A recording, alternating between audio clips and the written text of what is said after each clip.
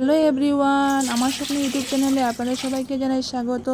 তো দেখতে পাচ্ছেন আজকে আমি কি বানাবো বলো তো। আপনারা একটু কমেন্ট করে গেস করে কমেন্ট করে বলুন তো কী বানাচ্ছি। আমি দেখুন আলু সিদ্ধ করে নিয়েছি এবং আলুগুলো খোসা ছাড়িয়ে সুন্দর করে আমি আলুগুলো পেস্ট করে নেব। তো দেখতে পাচ্ছেন কত সুন্দর সিদ্ধ হয়েছে আলু। আপনারা গেস করে বলুন তো আজকে আমি কি বানাচ্ছি। তো লাস্টের দিকে আপনারা দেখতে পাবেন আমার এটা কি বানালাম আর কি হলো লাস্ট পর্যন্ত। তো এদিকে আলুগুলো আমি সুন্দর করে পেস্ট করে নিচ্ছি। পেস্ট করে নিয়ে আমি এদিকে কেটে নিয়েছি পেঁয়াজ আর কাঁচামরিচ। তো পেঁয়াজ আর কাঁচামরিচ পেঁয়াজগুলো একটু আমি বেজে নেব, কারণ আমি না বাজলে আর কি খেতে আমার ভালো লাগে না। তো আমি আমার মতো করে করছি, অনেকে অন্যরকমই করে। তো পেঁয়াজগুলো আমি সুন্দর করে ভেজে নিচ্ছি। পেঁয়াজগুলি ভেজে নিয়ে তারপরে আমি কি করি আর কি হয় আপনারা শুধু দেখেই যান। তো সুন্দর করে লাল করে পেঁয়াজগুলো ভেজে নিই। ততক্ষণ আপনারা দেখুন আর গেস করে কমেন্ট করে বলুন তো আজকে আমি কি বানাচ্ছি গাইস। তো আপনারা হয়তো আশা করি থাম্বনেল দেখে বুঝে গেছেন কি বানাচ্ছি। তো দেখুন আমি সুন্দর করে পেঁয়াজ আর মরিচ ভেজে নিলাম, তারপরে আলু আর পেঁয়াজ মরিচ এগুলো সুন্দর করে মেখে নেব। আর ওইদিকে হচ্ছে আমি ময়দা না, এটা আটা ইউজ করছি। আটাগুলো সুন্দর করে ডলে ডলে জল দিয়ে ডলে ডলে রেডি করে নেব। তো এইদিকে আমি সুন্দর করে বানাচ্ছি ময়দাগুলো আর কি, আটাগুলো মাখছি। দেখতে পাচ্ছেন এখানে আমি একটু লবণ দিয়ে ভালো করে মেখে মেখে তারপরে একটু একটু করে জল দিয়ে এটা সুন্দর করে মেখে রেডি করে নেব। তো আপনারা পাশে থাকুন, আর আপনারা কে কোথায় থেকে দেখছেন একটু কমেন্ট করে বলবেন। আর অবশ্যই আমার ভিডিওতে একটু ভালোবাসা দিবেন, আমাকে একটু সাপোর্ট করবেন। কারণ কি বলবো, আমি অনেক দুঃখিত। আমার এর আগে 2টা চ্যানেল ছিল, বুঝলে। 2টা চ্যানেল আমার নষ্ট হয়ে গেছে, তাই জন্য আমি নতুন চ্যানেল শুরু করছি, চেষ্টা করছি আবার আগের জায়গায় পৌঁছায়। যদি আপনারা সাপোর্ট করে তাহলে অবশ্যই সেই জায়গায় পৌঁছতে পারবো। আপনারা প্লিজ একটু সাপোর্ট করবেন।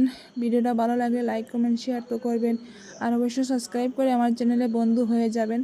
তো দেখতে পাচ্ছেন আমি আটাটা সুন্দর করে মেখে নিচ্ছি। মেখে নিয়ে তারপরে কি বানাবো, আপনারা তো জানেন কি বানাচ্ছি আমি।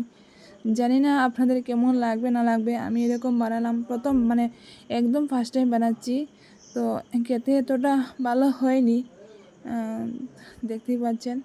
তো দেখি কীরকম হয়, আপনারা দেখুন। ফার্স্ট টাইম বানাচ্ছি তো বুঝতেই পারছেন। তো আমি এখানে 3টা লাড্ডু করে নেব। 3টা লাড্ডু করে 3টাই বানাবো আর কি, আলুর পরোটা বানাবো। তো দেখতেই থাকেন। আপনারা কারা কারা এরকম বানিয়ে খান অবশ্যই কমেন্ট করে বলবেন। আসলে আজকে খুব বৃষ্টি হচ্ছিল। তো বৃষ্টি হলে অনেক কিছু খেতে ইচ্ছা করে, যেমন খিচুড়ি এই সেই পকোড়া, এগুলো অনেক কিছু খেতে ইচ্ছা করে। তো আমার হঠাৎ করে মনে হলো আজকে তো ঘরে আটা আছে, আলু আছে, তাই ভাবলাম চলো আলুর পরোটা বানিয়ে খাওয়া যাক। তো আমি কী বলবো, আর ইউটিউব দেখিনি বা কোনো রেসিপি দেখিনি। আমি আমার মতো করেই বানিয়ে নেওয়ার চেষ্টা করছি। তো বানিয়ে নেওয়ার চেষ্টা করে কি লাভ হলো কি জানি। আমি বানিয়ে 2টা খেয়েছি। 2টা খেয়ে আমার মনে হচ্ছে আর জীবনে আলুর পরোটা খাবো না, এমন হয়েছে কি বলবো বন্ধুরা। তো আমি এদিকে সুন্দর করে আলুগুলা আটার লাড্ডুর মধ্যে ঢুকিয়ে রেডি করে নিচ্ছি। আর কি বলবো, ভিডিওটা অনেক লম্বা হয়ে যাচ্ছে, তাই জন্য আমি একটু স্পিড দিয়ে দিলাম তাড়াতাড়ি হওয়ার জন্য। অনেক বেশি হয়ে যাচ্ছে, লম্বা হয়ে যাচ্ছে ভিডিওটা।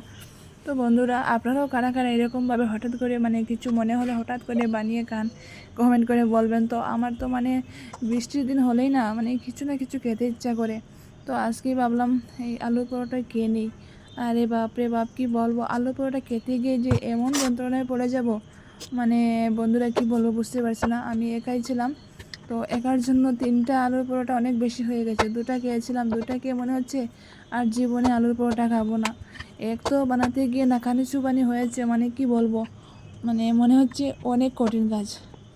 আসলে মেন কথাটা হচ্ছে বন্ধুরা, যদি কেউ ঘরে থাকে না, সবার সাথে খেতে একটা আলাদা মজা লাগে। আর সবাইকে বানিয়ে খাওয়াবো, সেটা একটা আলাদা ইচ্ছা থাকে, উৎসাহ থাকে। তো যেহেতু প্রথমে খুব ইচ্ছা ছিল বানিয়ে খাবো, কিন্তু বানাতে বানাতে না এত বোরিং লেগেছে, ইচ্ছা হচ্ছিলো অর্ধেকটা করে আর বানাবো না। কিন্তু কি করব, জিনিসটা তো নষ্ট হয়ে যাবে না, তাই জন্য আর কষ্ট করে বানিয়ে নিলাম। তো বানাতে বানাতে খুবই বোরিং লাগছিল। যাই হোক লাস্ট পর্যন্ত বানাচ্ছি। তো আপনারা দেখুন কী অবস্থা হয়েছে আমার।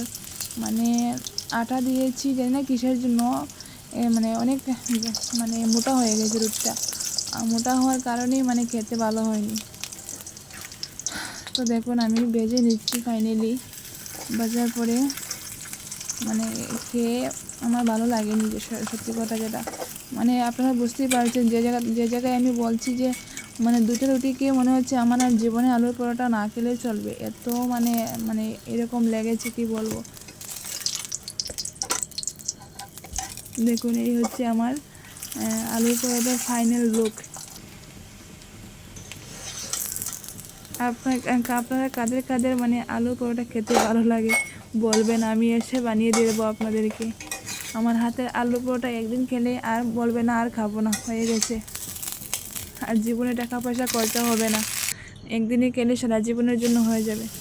তো দেখতে পাচ্ছেন আমি এরকম করে করে সবগুলো সেঁকে নিলাম। তারপর দেখেন ফাইনাল লুক আমার আলু পরোটার।